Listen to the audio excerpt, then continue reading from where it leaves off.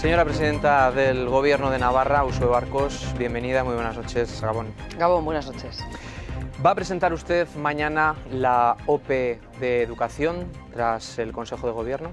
No, no será mañana, será sin ninguna duda la semana próxima, el próximo miércoles. ¿A qué va a esperar?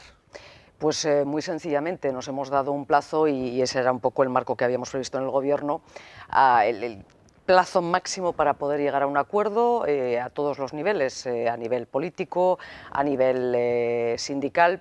No soy optimista en estos momentos, no le engaño, y además a estas horas de la noche se lo digo claramente, y por lo tanto el Gobierno responderá, pero como digo, apurando el plazo al máximo, a lo que deben ser, yo entiendo, los dos primeros objetivos. El primero, responder a las necesidades de la red educativa de Navarra, ese es incuestionable, y el segundo, responder también a la situación que están viviendo centenares de personas, de hombres y de mujeres, que están preparando ya unas oposiciones, porque desde noviembre, el 6 de noviembre, que este Gobierno hizo público que sacaríamos adelante unas oposiciones, pero ya veníamos del Gobierno anterior, que ya en marzo, en fin, hizo un amago de oposiciones. Yo creo que hay una población que está en estos momentos atendiendo a esa posibilidad y por lo tanto hay que responderle. La posibilidad de un acuerdo que políticamente nos permitiera salir adelante, como digo, con encuentro entre las partes, nunca puede, de ninguna manera, puede soslayar la necesidad de responder, como digo, a estos dos primeros objetivos, a estas dos primeras necesidades, y por lo tanto será el próximo miércoles. En cualquier caso, Geroa va y se encuentra en una encrucijada. EH Bildu quiere la lista única, Izquierda Esquerra quiere un reparto más equitativo de las plazas. ¿Qué va a hacer Geroa Bai? Yo no diría que hay un reparto equitativo que hacer. El reparto equitativo está ya hecho y responde a lo que el criterio de los técnicos del Departamento de Educación nos ha propuesto, con lo que en estos momentos la tasa de reposición nos permite, con lo que en estos momentos la legislación en torno a las plazas de inglés nos permite, y por lo tanto esta es, en función de las necesidades que tenemos, la propuesta que responde a las necesidades del sistema educativo de Navarra. O sea, usted se mantiene en la que presentó el consejero Mendoza. Y por lo tanto, es que es la propuesta que nos hacen los servicios técnicos del Gobierno de Navarra. Usted y se por lo mantiene en tanto, sus 13. el Gobierno, no Geroa Bai, el Gobierno mantendrá y va a mantener claramente la posición en torno a estas plazas, que tendrán respuesta el próximo año con un nuevo número de plazas, y que yo quisiera pensar que en la medida en que desde el Gobierno central se derogue el Real Decreto de 2007, que en estos momentos nos impide sacar plazas con titulación C1 de inglés, esto se pueda recomponer y se pueda equilibrar. ¿Se sentaría a negociar la lista única? Vamos a ver, la lista única es una, yo diría, posición más que razonable. Lo que no puede ser es una posición de imposición, que es lo que gobiernos anteriores venían haciendo con esta cuestión, y por lo tanto nos daremos, sí, como no, un tiempo, sin ninguna duda, para hablarlo con todas las partes. En 6 meses tiene usted varios incendios repartidos por el Gobierno de Navarra. Cualquier cambio de estas características yo creo que ya hacía prever, invitaba a saber que esto se iba a producir. O sea, usted asume los incendios no con los el cargo. Incendios. Yo comprendo perfectamente que hay cuestiones que no se han gestionado bien desde un gobierno que acomete una tarea de recambio importante después de 20 años de gobierno, y luego hay los incendios propios de quienes tienen que aprender a ser oposición, y por lo tanto en todo este mare magnum era algo perfectamente previsible el que estuviera sucediendo lo que en estos momentos se está produciendo. ¿Y los ciudadanos que se han manifestado por las calles, que no son políticos? Vamos a ver, ha habido efectivamente requerimientos que yo creo que son importantes, respetables y que hay que escuchar siempre y en todo momento, y lo vamos a seguir haciendo, respondiendo, dialogando y sobre todo explicando el porqué de algunas posiciones que yo comprendo, que en el fragor del ruido parlamentario, que en el fragor del ruido de determinados ruidos mediáticos puedan no comprenderse, y así lo hemos hecho, es vocación de este gobierno y lo seguiremos haciendo. ¿Se le pasó por la cabeza a alguno de los miembros del gobierno la dimisión del consejero Mendoza? ¿A alguno de los miembros del gobierno? Sí. Hasta donde yo sé, no. Vamos a escuchar algunas de las preguntas que hemos grabado durante los últimos días a los navarros que han querido asomarse a Navarra Televisión. Sobre todo las plazas de maestras, sí que les preguntaría por ellas, porque no creo que sea equitativo lo que están ahora actualmente proponiendo, las de euskera, que no tengo nada en contra, pero no me parece que la cosa esté ajustada. Me gustaría preguntarle a ver qué piensa hacer sobre la cuestión de los maestros y maestras de castellano y euskera. A ver si va a reformar algo o a ver si sigue con su lema.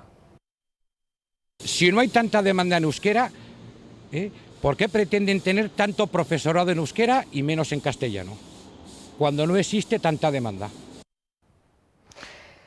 Yo creo que es una preocupación efectivamente que está muy extendida, entre otras cosas porque se hace un relato en muchas ocasiones de la propuesta que no tiene que ver con la realidad. Efectivamente, lo que se está proponiendo, en base, como digo, a una realidad técnica, es una respuesta a las necesidades educativas de Navarra. Si hay menos educación o menos requerimientos de educación en euskera, ¿por qué más plazas que en castellano?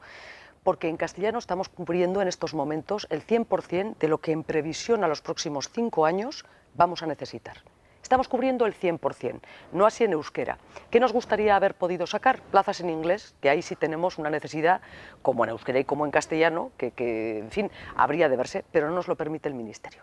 Son plazas que en estos momentos no podemos sacar a concurso. Reservamos una serie de plazas para el año que viene por ver si efectivamente un cambio en la normativa estatal nos permite acometer, pero en cualquier caso, cuidado, y que nadie se confunda, y que lo tengan muy claro yo creo que todos los ciudadanos de Navarra, que en este acometer las necesidades educativas de nuestros jóvenes, de nuestros escolares, lo que sí está claro es que el profesorado estas plazas vienen a resolver problemas de interinidad, situaciones de interinidad, pero el profesorado está, y efectivamente hay muchos más profesores en inglés o en castellano que en euskera. Pero usted entiende que llame la atención que en Navarra, donde se habla euskera lo que se habla, salgan el 100% de las plazas de profesores, tanto en primaria como en infantil, sean en euskera, 60 plazas y 60 plazas. No. Estamos hablando de infantil y primaria, que son los cursos... Fíjese, exactamente lo mismo que no hace mucho tiempo, en marzo de 2015 y anteriormente en 2011, exactamente lo mismo que hizo UPN en la oferta, en la OPE que sacó en 2011, que llevó a cabo con oposiciones y que anunció, no llevó a cabo, en marzo de 2015. Ni una sola plaza en castellano en primaria e infantil, porque los números de los técnicos en los tiempos en que gobernaba UPN decían lo mismo que los números de los técnicos cuando gobernamos ahora. ¿Qué ocurre? Porque las necesidades educativas son las que son y son exactamente las mismas. ¿Qué ocurre? Que UPN, por aquello de, en fin, yo diría, en fin, permítame la expresión, vestirlo de lagarterana, puso al lado de las plazas en euskera unas plazas en inglés, a sabiendas de que no era posible, convocarlas, a sabiendas diría incluso de que podía poner en peligro la OPE. Nosotros no vamos a caer en esa trampa, nos parece que sería mentir a la ciudadanía. Por lo tanto, no es cierto que estemos sacando plazas allá donde haría falta plazas en castellano. Cubrimos el 100% de las necesidades en castellano en la medida en que ahora acometemos una parte de la OPE, que tendrá recorrido más adelante, y por supuesto lo hacemos también en euskera. Lo haremos en cuanto podamos en inglés. ¿Y qué les dice a todas esas personas que se están preparando las oposiciones y que, visto lo visto, van a tener muy pocas posibilidades porque no hablan euskera? No, vamos a ver, no se trata de que no hablen euskera y por lo tanto tienen menos posibilidades. Las necesidades del sector educativo con plazas netamente en castellano, en estos momentos, a un mismo nivel de necesidad y de posibilidad de convocar plazas, son estas en concreto, y sacamos el 100%. En eso no duelen prendas, todo lo contrario, que nos gustaría poder sacarlas también en inglés. La lista única, discúlpeme que le interrumpa, agrava esa situación también. Pero es que no estamos hablando en estos momentos de lista única. Bueno, estamos hablando, yo le he preguntado que si usted está dispuesta a negociarla. Sí, por supuesto y por descontado, pero si nos puede centramos... aplacar el camino a muchas personas, si nos centramos en lo que... No, mire usted, aquí estamos hablando de otra cuestión completamente diferente, y es quien está preparado para dar clases en euskera o en inglés, ¿está preparado para dar clases en castellano? Sí, ¿verdad? Pues ese es el reconocimiento de un derecho. A quien se presenta una plaza en euskera o en inglés, que pueda hacerlo también en castellano. Se habla de eso, que repito, buscaremos la manera de consensuarlo. Pero no es cierto que en estos momentos se esté dando una situación de privilegio, todo lo contrario.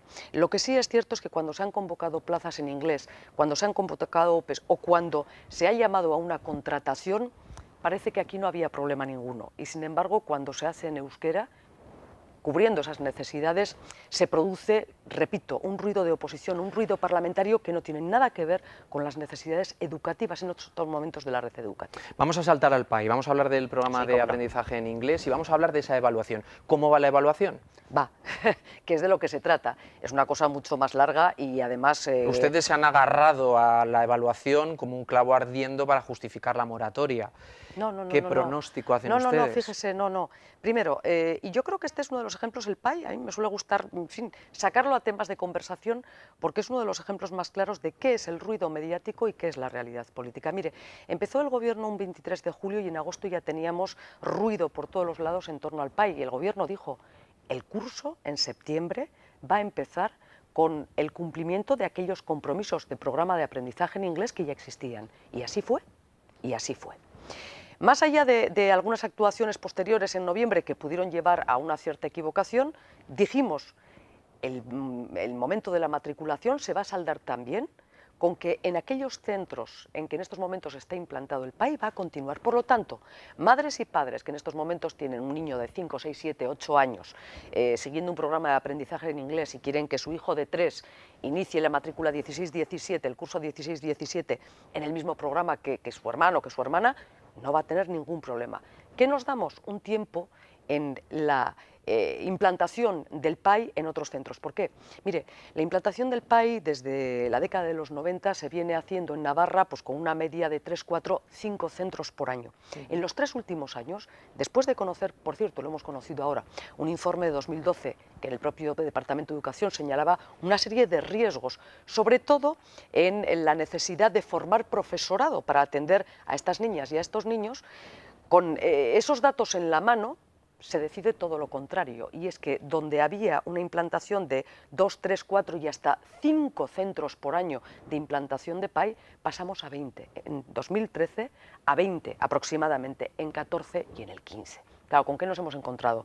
Con una implantación absolutamente desmedida que en estos momentos exige que seamos capaces de rediseñar lo que la red educativa pública necesita para poder atender las necesidades. Porque, mire, en el 21 nos vamos a encontrar con que no tenemos profesores con nivel de inglés para atender secundaria. Y esto lo tenemos que analizar desde pero ya. ¿Usted entiende que sea difícil creerse este discurso? Hay miles de ciudadanos, miles de padres que piensan que al final detrás de esta decisión está el interés de su gobierno por el euskera más que por el inglés.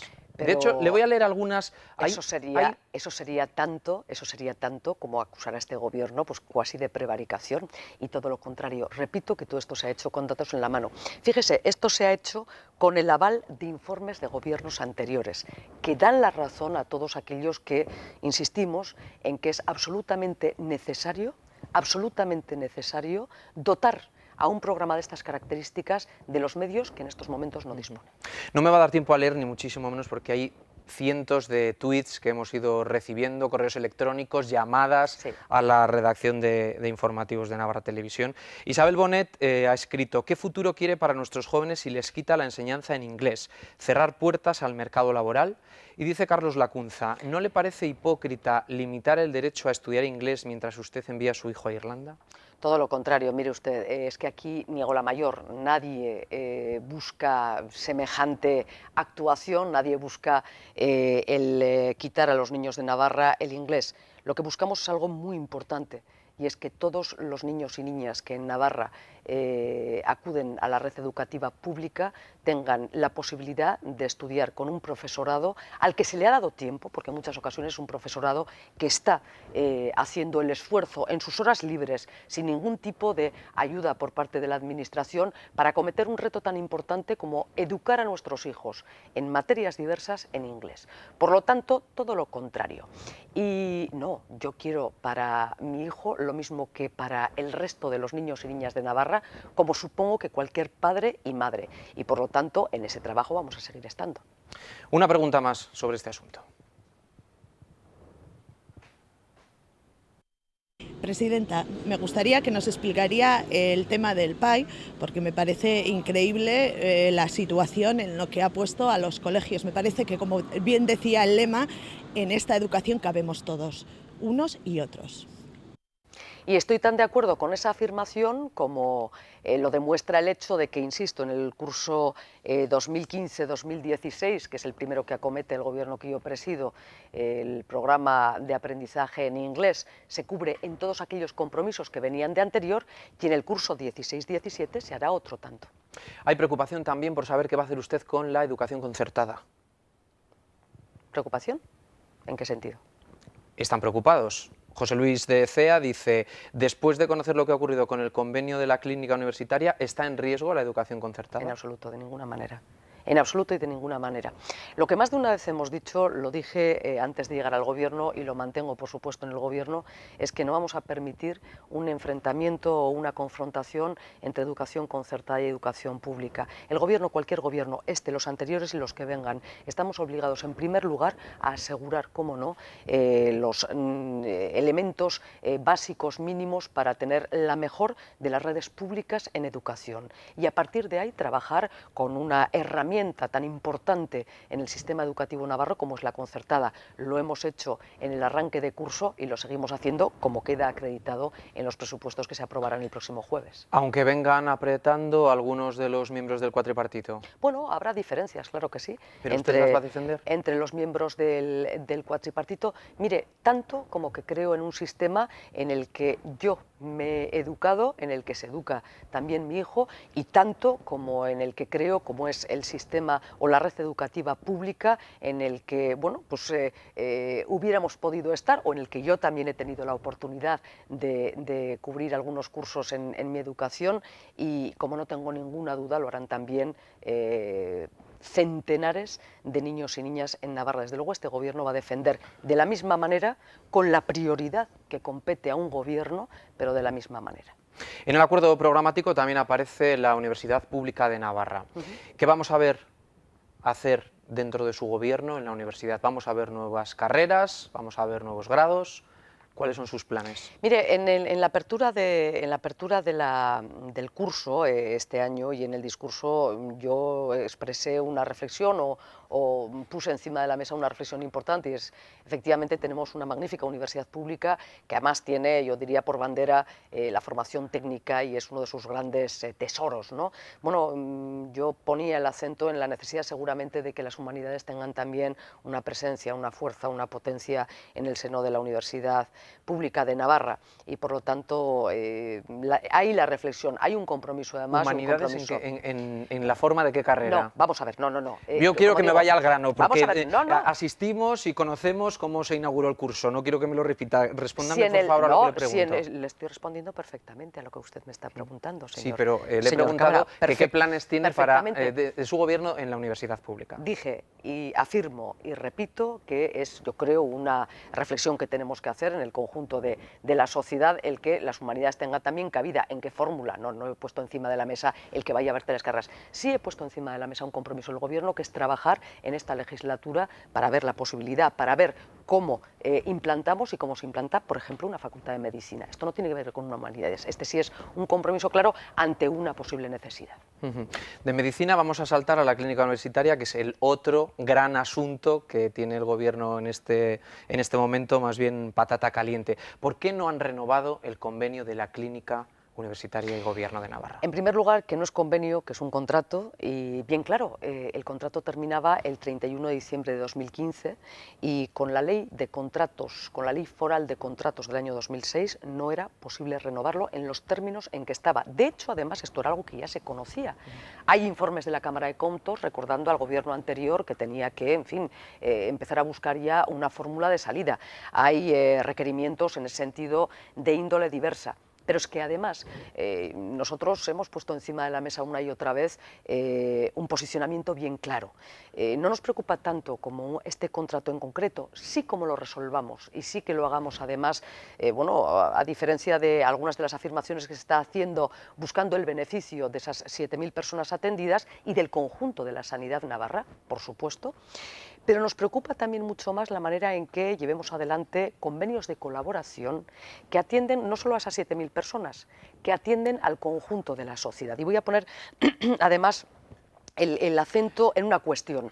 No nos preocupa tanto allá donde podemos compartir servicio, como allá donde Clínica Universitaria de Navarra y el Servicio Navarro de Salud pueden sumar, es capaz de sumar. Y ahí sí que tenemos convenios, que algunos terminan el próximo mes de junio de este mismo año, de 2016, y donde la vocación, la voluntad, así expresada en estos presupuestos, eso no engaña a nadie, van a ver cómo la colaboración tiene cabida y sobre todo beneficia al 100% de la sociedad. Es decir, cuando tenga necesidad el Servicio Navarro de Salud, porque le faltan habitaciones, porque falta tecnología para desarrollar algunas necesidades de los navarros, está hablando de esos convenios, de esos contratos. No solo eso. No estamos hablando de que haya posibilidad de que el contrato que existe hasta ahora, usted dice, bueno, no se permite la legislación, hay que hacer cambios. ¿Han intentado hacer cambios en ese texto, en ese convenio? Vamos a ver, claro. Y se ¿Han negociado además, con la universidad? Y se han visto además, hemos hablado permanentemente, claro que sí. Hemos hablado permanentemente con este y con otros temas.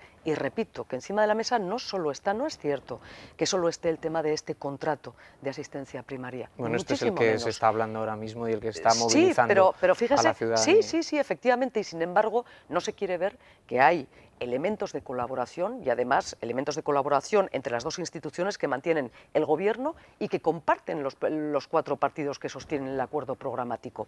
Todo lo contrario, y se está hablando además con la dirección de la Universidad de Navarra y de la CUN en estos términos. Usted me dice, entonces no se ha buscado una salida a este contrato, se ha buscado una salida para aquellos casos y se trabaja en la salida para aquellos casos que a nuestro entender sí deben seguir siendo atendidos por la Clínica Universitaria de Navarra. Hablamos de casos ya diagnosticados, de casos que se están tratando. Yo recuerdo algún reportaje que vi que me dejó hondamente dolorida, preocupada, porque en fin, yo creo que la exposición de terceros, ¿verdad?, en la enfermedad, creo que no debiera producirse, la exposición de terceros.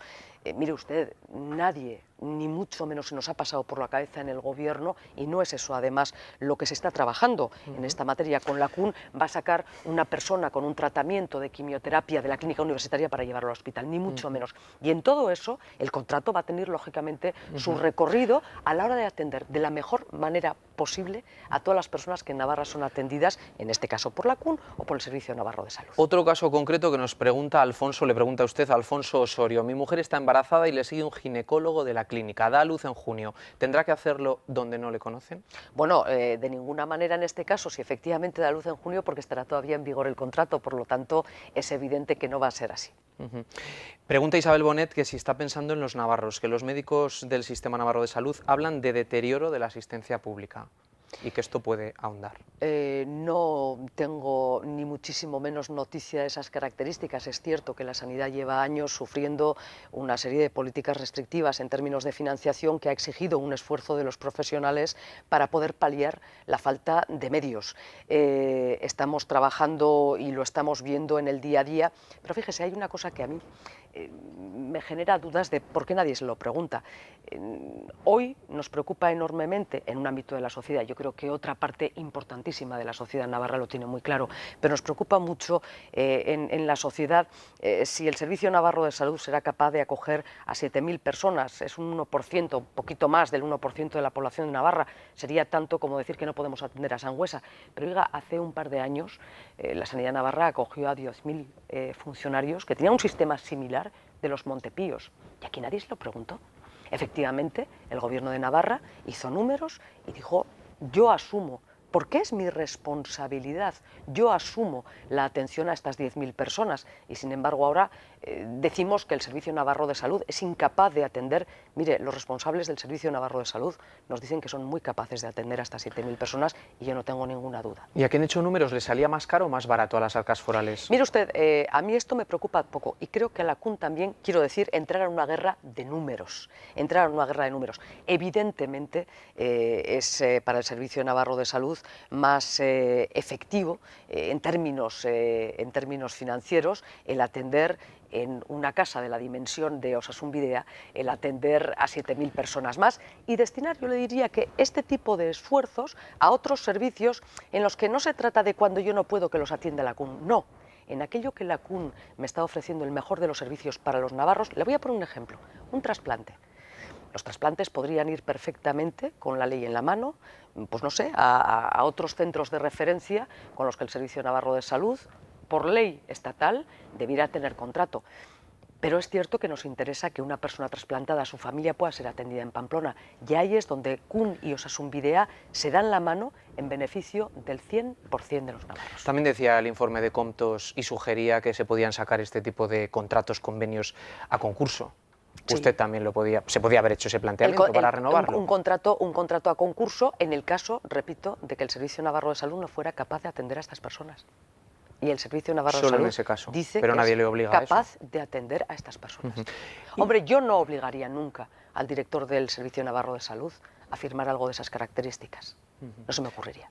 Ideología no hay detrás. Vamos a ver, ideología en el posicionamiento a favor de una red pública sanitaria siempre hay. En Uno esta se decisión, posiciona, no, en la decisión de poder llevar adelante o no un contrato, no. Pues una pregunta más, Sí, cómo no. que la va a realizar el expresidente Miguel Sanz. ¿Comparte la afirmación y las declaraciones del portavoz de su grupo parlamentario, señor Martínez, de que la rescisión del convenio con la Clínica Universitaria de Navarra es una cuestión de política, por supuesto que es una cuestión de fobias y por supuesto que es una cuestión de filias? Yo, si me permite, le aconsejaría al presidente Sanz, porque además, habiendo estado como él ha estado en responsabilidades de estas características, que antes de hacer una pregunta, afirmación, guión, acusación como la que acaba de hacer, lea bien aquello que le han contado y que no hable por terceros, porque si el presidente Sanz hubiera leído aquellas afirmaciones del portavoz de Geroaba y de Koldo Martínez cuando hablaba de política, y léase, hablaba de políticas sanitarias y de posicionamientos en torno a esta cuestión, cuando hablaba de fobia a la pobreza, y cuando hablaba de filias, hablaba de filias a una sociedad equitativa. Léase bien antes de hacer afirmaciones que contienen acusaciones tan poco rigurosas. Yo creo que el presidente Sanz o el expresidente Sanz, y por lo tanto esta sociedad, se lo merece. Vamos a hablar de listas de espera. Cuéntenos qué está haciendo su gobierno para reducir las listas de espera y si las listas de espera están bajando o no están bajando desde que usted es presidenta.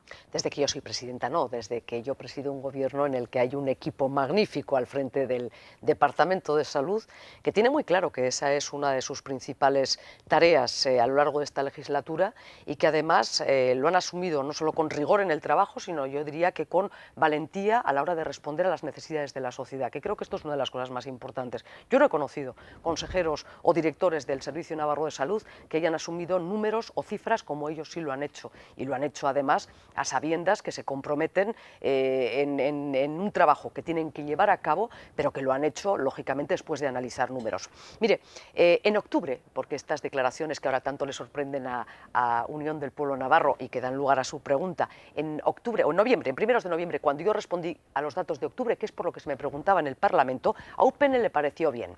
Ahora, 2 meses después, decide descontextualizar y decir lo que yo jamás he dicho. Yo hablé de que año con año, efectivamente, en aquellos primeros 4 meses, año con año, octubre de 2015 sobre octubre de 2014, efectivamente había bajado, pero es que año con año, diciembre de 2015 con respecto a diciembre de 2014, las listas han bajado. No solo eso, repito, el gobierno que yo presido y en boca de los responsables del Departamento de Salud se compromete a rebajar listas de espera de manera sustancial en estos 4 años de legislatura, con cifras y fechas. Hay más preguntas de ciudadanos, vamos a escucharlas. En traumatología, por ejemplo, estoy esperando hace 18 meses, me tienen que operar otra vez, la tercera, y se me ha agravado todo el asunto por falta de pues, las gestiones que están muy mal, que las esperas sean más cortas y que hagan pues, menos lista de espera. ¿Qué va a hacer para mejorar las listas de espera en el Reina Sofía? Mi novia por ejemplo, lleva un año, tiene casi para un año de lista de espera, entonces si se puede mejorar. Y mejorar un poco el hospital, más cosas en Tudela.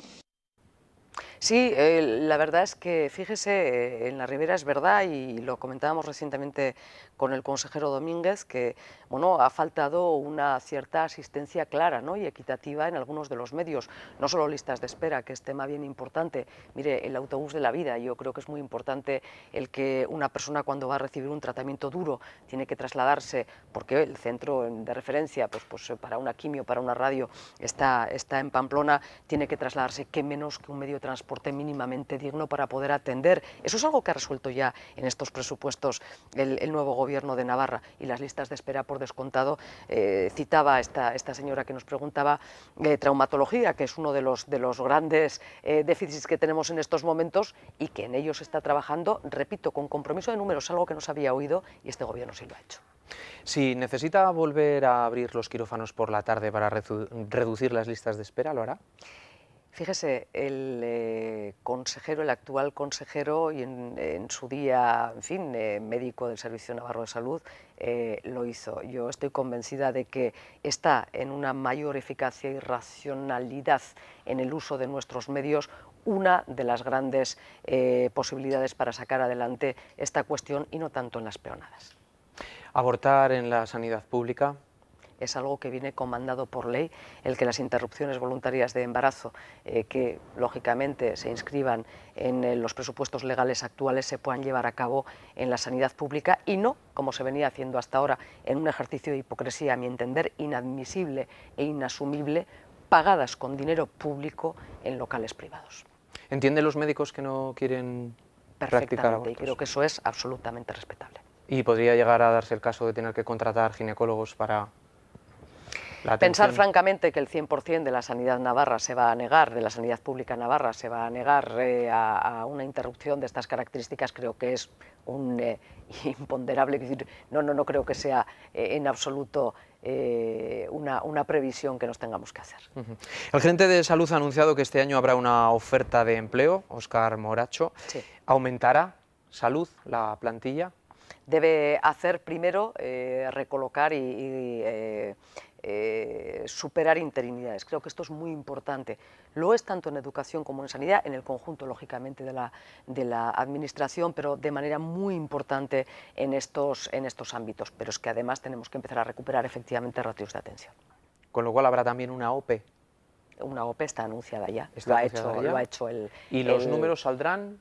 ¿En qué sentido saldrán los números? ¿Cuántas plazas? Al final habrá muchos que quieran saber cuántas plazas va a haber para... Comprenderá que en el compromiso de la OPE lo primero es una definición cierta de las necesidades, y por lo tanto una posterior propuesta de número que corresponde al departamento.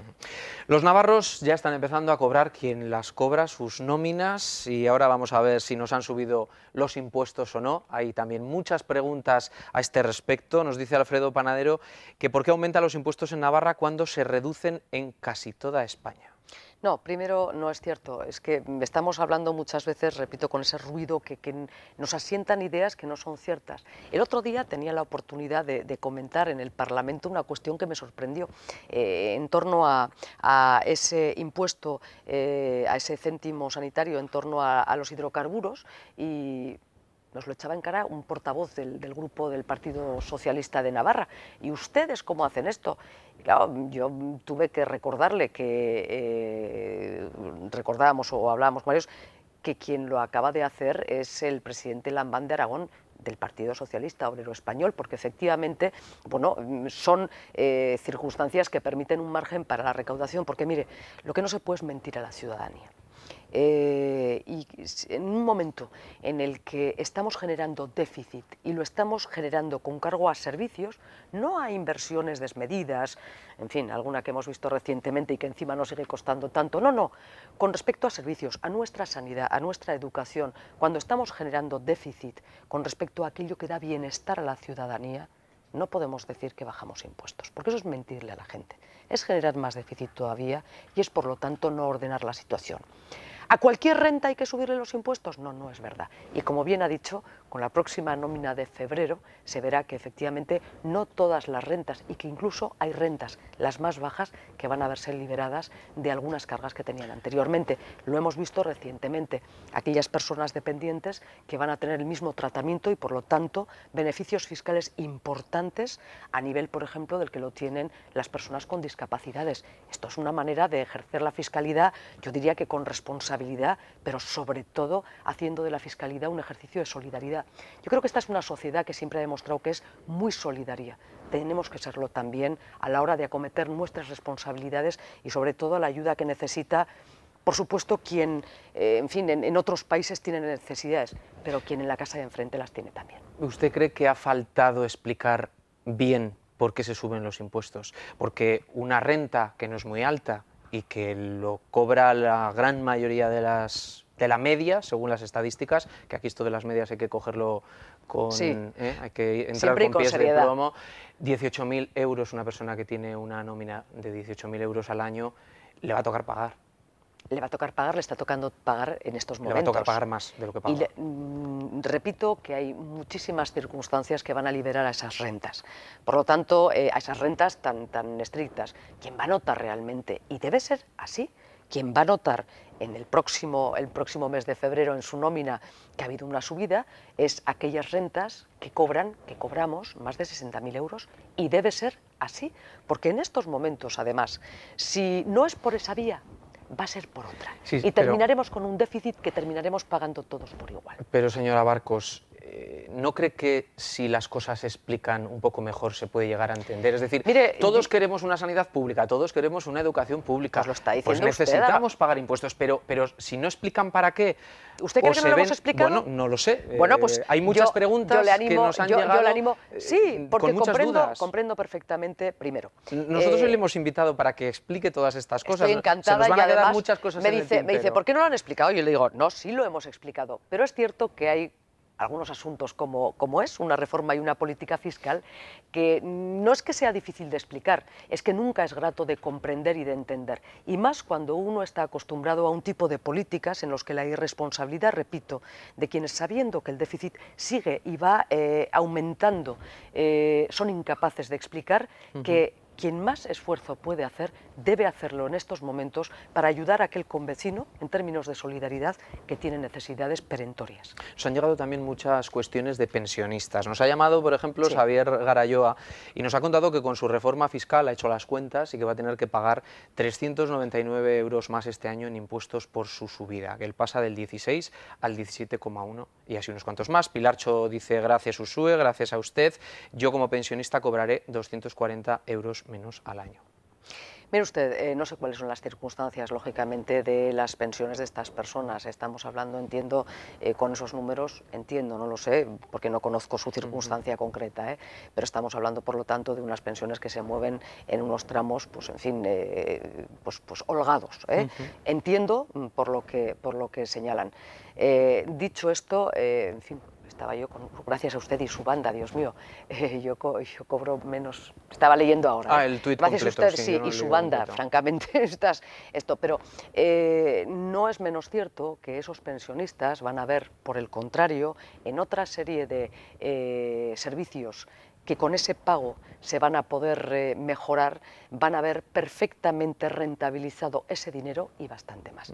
Porque cuando hablamos de pensiones hablamos también de muchas personas dependientes, y quiero recordar que son varios centenares amplísimos los que se van a ver beneficiados. Luego, no es cierto que sea directo, en el caso de las pensiones sobre todo, que el pago se quede simplemente en pago. El pago va a tener retorno por la vía de la sanidad, por la vía de una mejor asistencia, por la vía de una mejor atención a la dependencia, y cuando hablamos, repito, de pensionistas, en este caso suele subir, y por lo tanto yo comprendo lo que hoy son, bueno, incluso imprecaciones o algunas palabras un tanto más gruesas. Estoy convencida de que con el uso de determinados servicios que se van a ver mejorados será, no tengo ninguna duda, bueno, pues una mayor comprensión a esta medida, nunca fácil, nunca grata para un gobernante, pero lo contrario, repito, es mentir. Vamos a hablar de economía, vamos a hablar de empleo, que de Sí, eso cómo también hay mucho interés. Diciembre cerró con 1.197 personas más en desempleo, un 2,8% más. Son ya 43.143 personas las que no tienen trabajo en Navarra. ¿Qué planes tiene usted inmediatos? Lleva ya 6 meses en el gobierno, ha tenido tiempo, no lo sé, de poder ver la situación como es y dónde están las claves para poder crear empleo. Vamos a ver, diciembre fue un mal mes, pero el año no fue ni mucho menos un mal año en ese sentido, siendo en cualquier caso todo insuficiente. Diciembre de 2015 cerró con datos menos malos, menos negativos que diciembre de 2014. Y por lo tanto en esa senda tenemos que seguir. ¿Dónde está la clave de la generación de empleo? Evidentemente en el apoyo, porque no nos vale cualquier tipo de empleo. En muchas ocasiones la generación de empleo, y en la medida en que no sea capaz de acometer o de trabajar en contra también de ratios de pobreza, estamos generando un empleo que no está resolviendo los problemas de esta sociedad. Por lo tanto, empleo sí, pero empleo de calidad, y para ello, clarísimamente, sectores estratégicos que nos permitan aportar valor añadido. Y en Navarra, además, tenemos sectores que miran a Europa con excepcionalidad.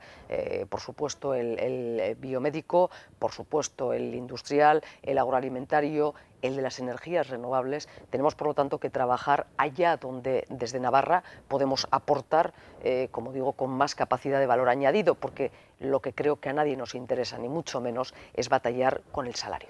Esa es una realidad que en estos momentos se ha demostrado absolutamente incapaz e insuficiente para solventar los problemas de desigualdad, los problemas de pobreza que tiene esta sociedad.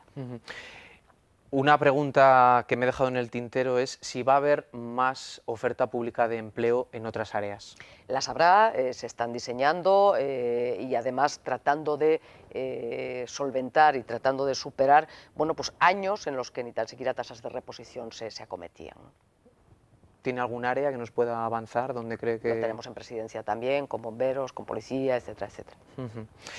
Vamos a hablar, bueno, vamos a escuchar dos preguntas más sobre el empleo y vamos a avanzar. Perfecto. En principio me gustaría preguntarle qué planes tiene para que las empresas navarras que están cerrando pare ese goteo de empresas que cierran, que está un poco preocupante. Tanto brotes verdes y al final no se ve. Al final parece que están más grises que verdes.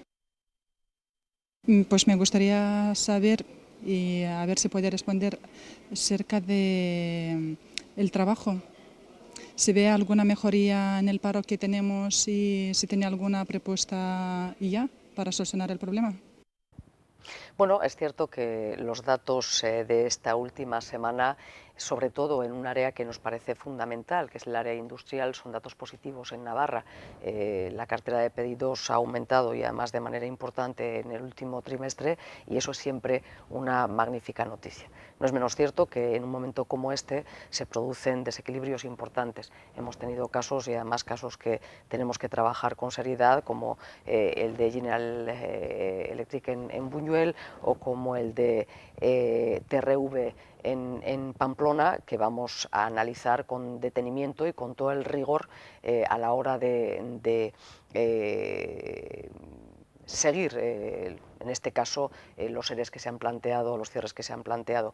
Junto a estas noticias que efectivamente son negativas y que tenemos, como digo, que continuar y que revisar con todo el rigor y con toda la fuerza en la defensa de esos puestos de trabajo y de las mejores condiciones y de la mejor viabilidad y futuro para plantas como estas, tenemos noticias, bueno, que son positivas, y lo hemos visto en torno a Volkswagen, cuando parecía que iba a ser una crisis que hundía la situación en Navarra. Nos hemos encontrado con que, bueno, en una colaboración además estrecha a lo largo de todo este proceso, Volkswagen mantiene no solo sus inversiones previstas en Navarra, sino que además anuncia mayor capacidad de producción. Estamos viendo que hay inversiones que en estos momentos se van produciendo en Navarra con empresas, bueno, que en algún caso recientemente, antes de Navidades, teníamos empresas que pasaban de La Rioja a Viana, o, en fin, anuncios. Por lo tanto, esa es la senda en la que tenemos que trabajar y, por supuesto, generar bueno, circunstancias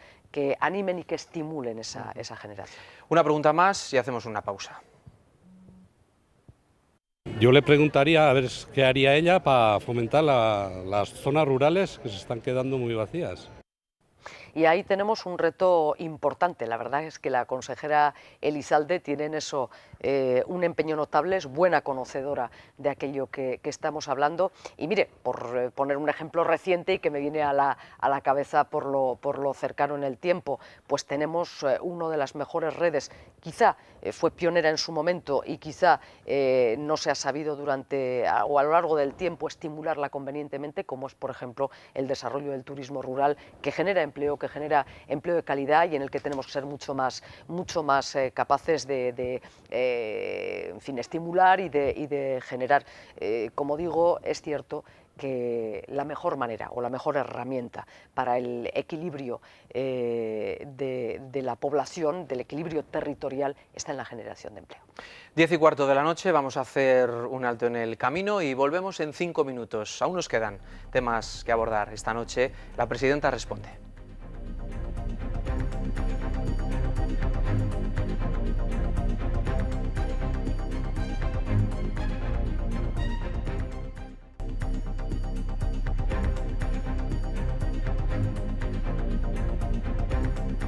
Estamos de vuelta y han sido 5 minutos de verdad, 10:20 de la noche, seguimos en directo, presidenta, vamos a hablar de otras cosas, vamos a hablar de cómo llevan las investigaciones la Oficina Anticorrupción de nueva creación en su gobierno. Dijo la consejera Beaumont que iba a investigar algunos contratos, habló incluso de un contrato con Telefónica en tiempos de Yolanda Barcina. Se analizan y yo creo que además es un trabajo que debe hacer cualquier gobierno que lleva a cabo un relevo de estas características y además de estas dimensiones. Yo quiero recordar que son muchos años de el gobierno en manos de una única formación y por lo tanto es un análisis básico y logiquísimo de determinados contratos que en estos momentos sustentan cuestiones importantes de la administración, cuestiones de dimensión, quiero decir, ¿no?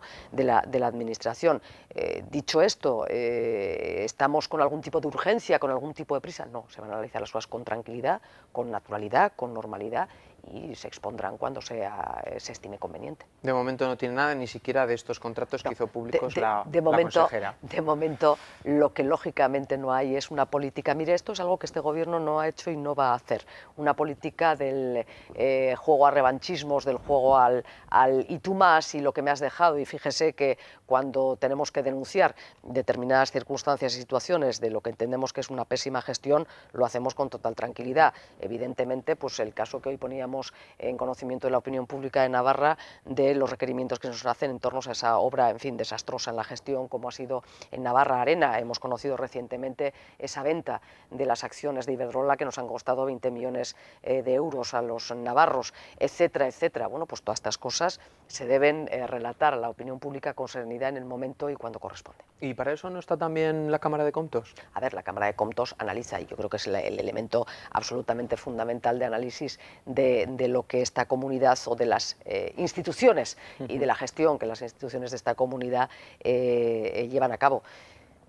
En este caso, estamos hablando de una oficina que se para a analizar no aquello que oficialmente consta en los papeles y que es la base del trabajo que lleva a cabo la Cámara de Comptos, sino aquello que en muchas ocasiones no queda relatado en ese discurso del papel oficial.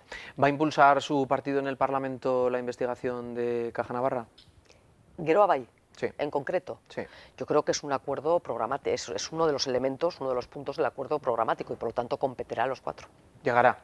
Lo digo yo porque comprendo que sí. Ahora ya no se habla Fíjese, de la Comisión de Investigación de la CAN. Yo comprendo que sí, no si es tanto como desde luego un análisis riguroso y pormenorizado de qué ocurrió, cómo se perdió. ¿Va a pedir las competencias al Estado, las que le faltan a la comunidad foral? Sí, por supuesto, y además creo que esto es muy razonable, pero fíjese, hay algunas de ellas que en fin, no se comprende en estos momentos. Yo empezaría por aquellas que nos dan posición en positivo, ¿no? como es investigación, por ejemplo, me parece fundamental, pero hay otras tan básicas como las de tráfico, que en estos momentos, bueno, pues nos supondría una mejor manera de gestionar, y hubiera supuesto a lo largo de los años una mejor manera de gestionar algo tan básico como nuestra red de carreteras. Quiero recordar que es responsabilidad nuestra responsabilidad de los navarros, el mantener financieramente el buen estado de las carreteras, es responsabilidad nuestra también y compartida con, en este caso, la Guardia Civil de Tráfico, el mantenimiento del orden y del buen uso de esas carreteras, y sin embargo la recaudación por las sanciones se mantiene en estos momentos en mano del Estado, no parece razonable. Cuando el consejero Manu Ayerdi habló precisamente de esto, de las inversiones, del mantenimiento de las carreteras, abrió otro debate, que es el eterno debate de los peajes. Dos cuestiones por aclarar. ¿Va a haber más peajes o menos durante esta legislatura? Vamos a ver, lo primero que hay que hacer es un dibujo cierto, real, riguroso y no mentiroso de las necesidades. Le voy a poner un ejemplo. En Navarra estos últimos años ha habido una necesidad de inversión de entorno, porque además está cuantificado a unos 60 millones de euros anuales para la conservación de nuestras carreteras.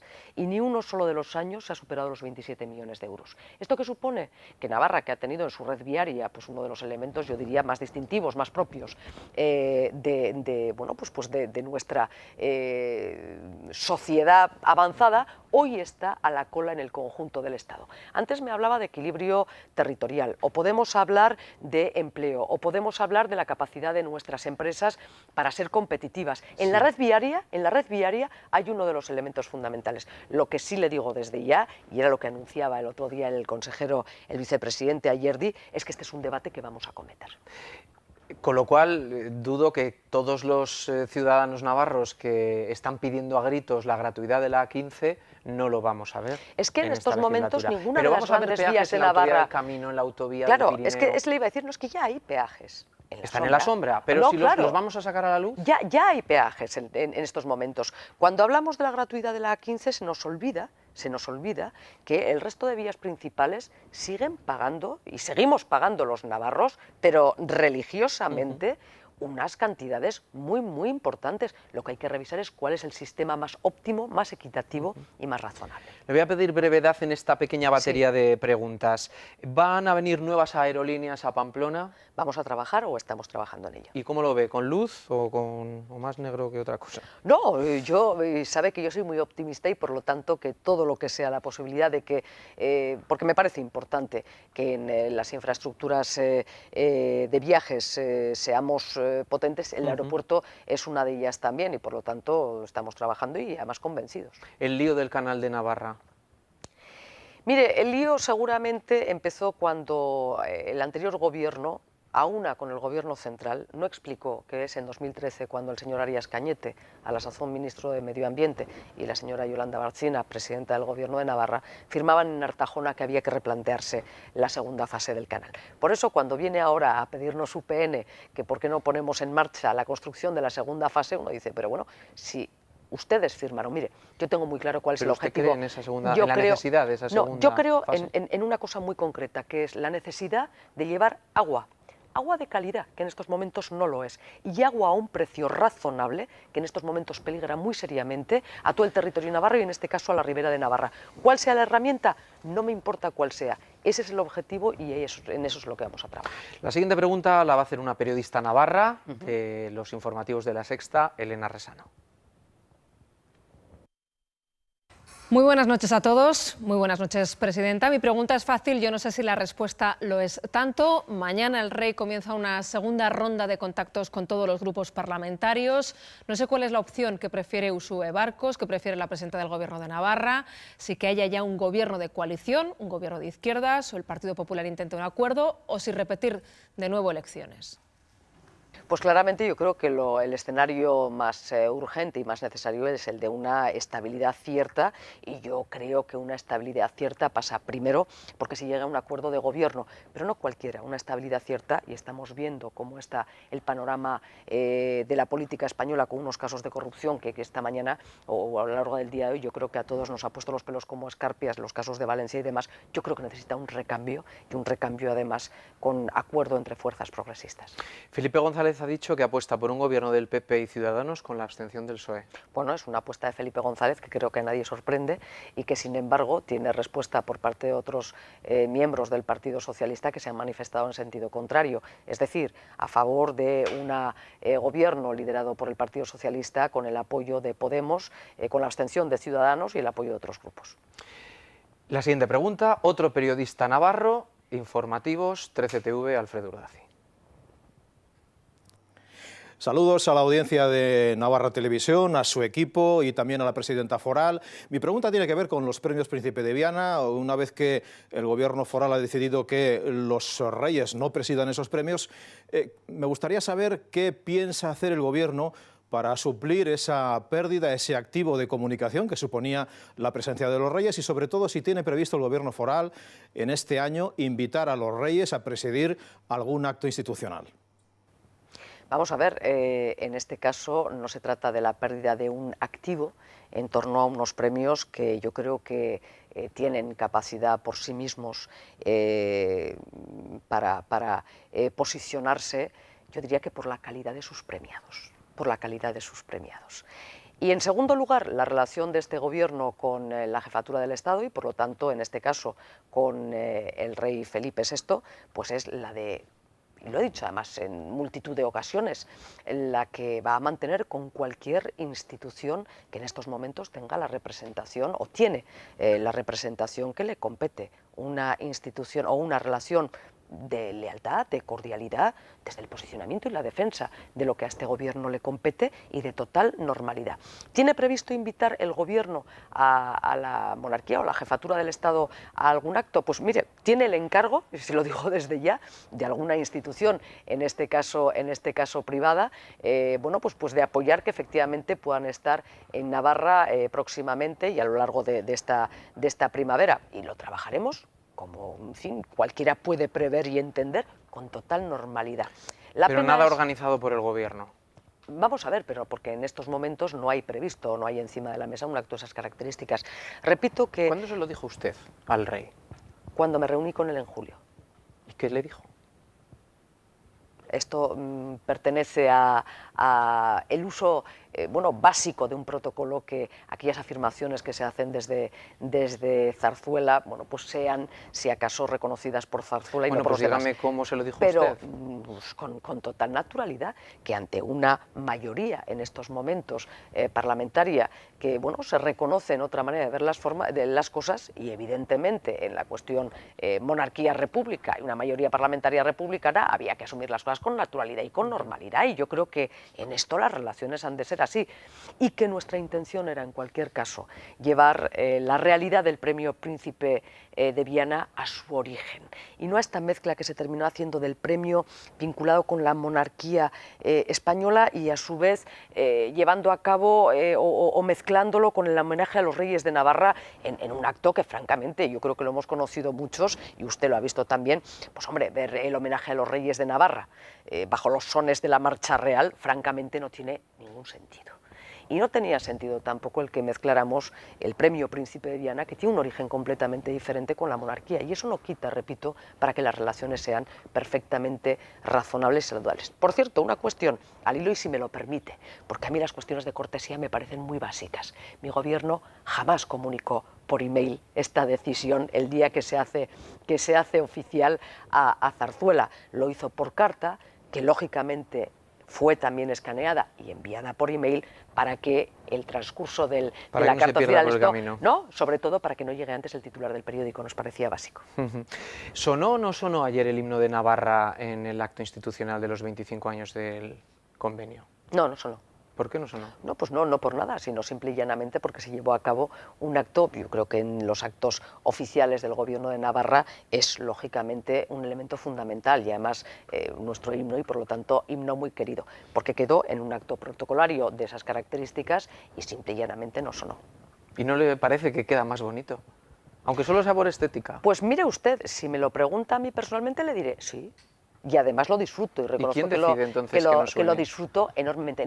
No decide que no suene, sino que lógicamente hay una serie de profesionales del servicio de protocolo y del servicio del gabinete de la presidenta que trabajando, bueno, pues hacen un diseño para unos actos y otro diseño para otros, pero desde luego en aquellos actos oficiales en los que es requerido nunca ha faltado y nunca va a faltar. Estamos fuera de tiempo. Yo le voy a pedir la cortesía de 5 minutos más Faltaría de más y un entrevista, placer. ya que estamos esta noche aquí. ¿Va o le gustaría favorecer encuentros entre víctimas de ETA y asesinos, como estamos viendo en otras provincias, en otras comunidades, ahora también que se ha creado Mire, esa oficina de la paz y la convivencia? Sí, ¿Le pero gustaría verlo bajo ese paraguas? la Oficina de Paz y Convivencia no tiene un único cometido, que es referirse o dedicar su atención a una sola de las violencias, sino a todas. Mire, me gustaría que fuéramos capaces de superar el drama inaceptable que ha sido la existencia de ETA, como me gustaría ver reforzada el reconocimiento pues de aquellas víctimas que lo fueron también en el 36, la dignidad de su memoria, traerla al conjunto de la sociedad y por lo tanto vivir en convivencia y además en la convivencia orgullosa de las víctimas y de sus familiares, en el reconocimiento y en el recuerdo de los suyos. Una convivencia con memoria. Y todas las herramientas que sirvan para ello me parecen válidas. Si esta lo es o no, no lo sé, francamente, pero cualquier herramienta que fuera válida. Y esta convivencia viene también de la mano de lo que hemos visto recientemente en el Parlamento de Navarra, donde se ha rechazado la dispersión de los presos Yo de estoy ETA. absolutamente en contra de las medidas excepcionales penitenciarias, en este caso, prolongadas sin ningún sentido, y la dispersión es un caso evidente. ¿Nota la diferencia entre estar en el gobierno y estar en la oposición? ¿Dónde se vive mejor? Diferencia notable, claramente, y no se vive mejor, se trabaja mucho en un lugar y en otro, se trabaja con una mayor responsabilidad, lógicamente, en las decisiones que uno toma de cara al bienestar de sus conciudadanos, que es lo que nos ha traído aquí, pero se trabaja también, eso quizá es bueno, lo que provoca una mayor preocupación o una mayor tensión, y sin embargo se trabaja también con la conciencia y satisfacción de saber que hay cosas que claro que salen adelante y que son además muy importantes. Y usted que ha estado en ambas partes, ¿cómo ha visto que algunos miembros de partidos que apoyan el cuatripartito, que apoyan el gobierno, van a una manifestación contra las decisiones que está tomando el gobierno? Por ejemplo, la extra de los funcionarios, que habrá miles de funcionarios que he dicho, pero ¿cómo le ha preguntado a la presidenta por la extra? Comprenderá que es una de las promesas no cumplidas. No, en absoluto. No hay en este caso ninguna promesa no cumplida.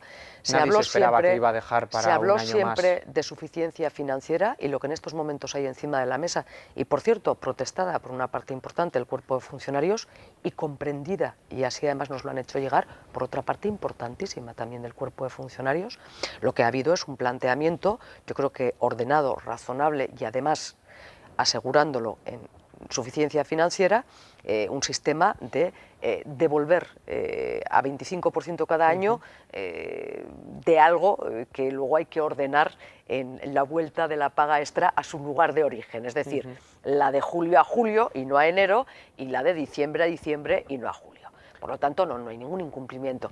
Y a la pregunta que me hacía en primer lugar sobre cómo veo, bueno, pues que algunas... Sí, a algunos miembros de Podemos, pues les yo creo vimos que todo es siempre respetable, pero no tengo por qué compartirlo, no lo comparto. Yo en eso reconozco que soy mucho más ortodoxa, ¿no? Yo creo que cuando uno asume bueno, en este caso la responsabilidad de acompañar, ¿no?, al gobierno en las decisiones que toma, pudiendo no estar de acuerdo y protestándolas, creo, bueno, pues que esos gestos deben observarse también. Yo creo que así lo ha entendido también una parte de la ciudadanía, ¿no? La facilidad de palabra no la ha perdido. No la ha perdido. Pero el texto un poco sí, ¿por qué ha dejado de escribir en Twitter? Pues francamente... Porque era muy activa. El Twitter para mí siempre ha tenido un componente político y yo, en fin, alguna vez metí la pata, tengo algún recuerdo de algún día que metí la pata y no esto, pero siendo personaje público y haciendo, es decir, una utilización de Twitter desde esa perspectiva, lo que sí es cierto es que tenía un componente muy personal, ¿no? De comentarios personales, o estoy aquí o estoy allá.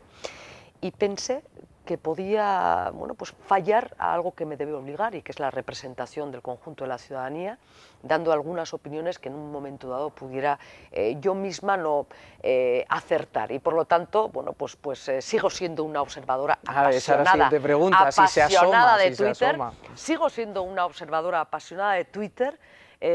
Pero en estos momentos, y como además, mire, algunas otras herramientas sí, pero como mi cuenta de Twitter me la he llevado siempre yo, prefiero que no me la lleve nadie y prefiero no hacer una cuenta institucional. Era mi cuenta, la verdad que he disfrutado mucho y volveré a tenerla.